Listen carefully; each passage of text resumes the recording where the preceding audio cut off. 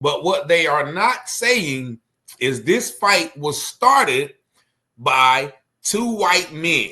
And one of the white men slapped a mentally ill man named Goonie 2 times. Goonie 2 times is like, you know, one of the guys everybody knows in Cincinnati. I've talked to some people in Cincinnati about it, and everybody knows him. He definitely has some mental issues. But these white guys walked into a crowd of black people yelling racial slurs and then slapped the young man. And that is when the black people put hands and feet on these men. Watch this. This is what started the quote unquote brawl that is full of thuggery and stuff that we can't have in the city. This is what started that brawl. Let's take a look at it.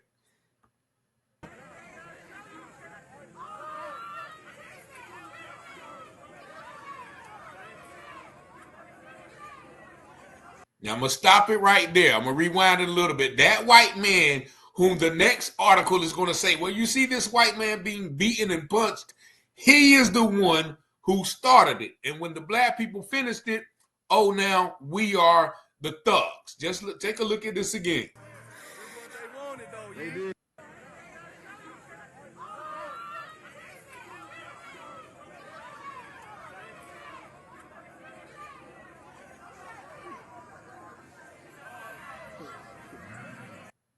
And I'll stop it right there. But you see, that is what started this quote unquote brawl. Why isn't the media showing you that instead of painting all of these black people as just thugs or animals who just wantonly attack white people? That is not us. That is what y'all did back in slavery and Jim Crow when y'all came to people's houses with sheets and took people's daughters out to mutilate them. That is not who we are.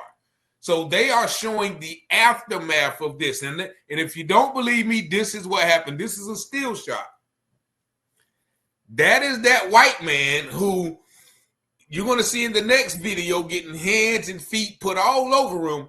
That is him slapping that man right there. If I'm not mistaken, that is the man they call Goonie 2 times. Now, I'm going to share some information with you about him, but this is what the media is not showing you. They're showing you all of the repercussions of this act of this man. Now, mind you, I'm hearing that the black people were, you know, out enjoying themselves, and these white men just came in the crowd yelling all a bunch of racial slurs, and you know everybody was dismissing them. Look, okay, they drunk.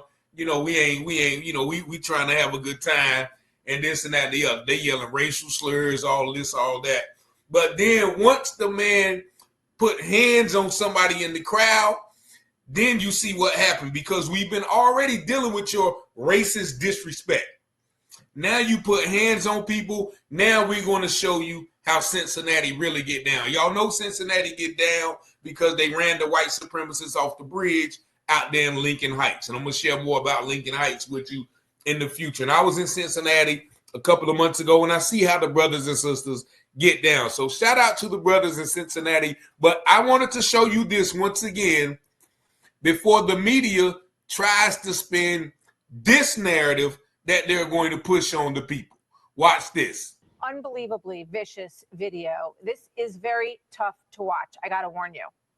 In Cincinnati.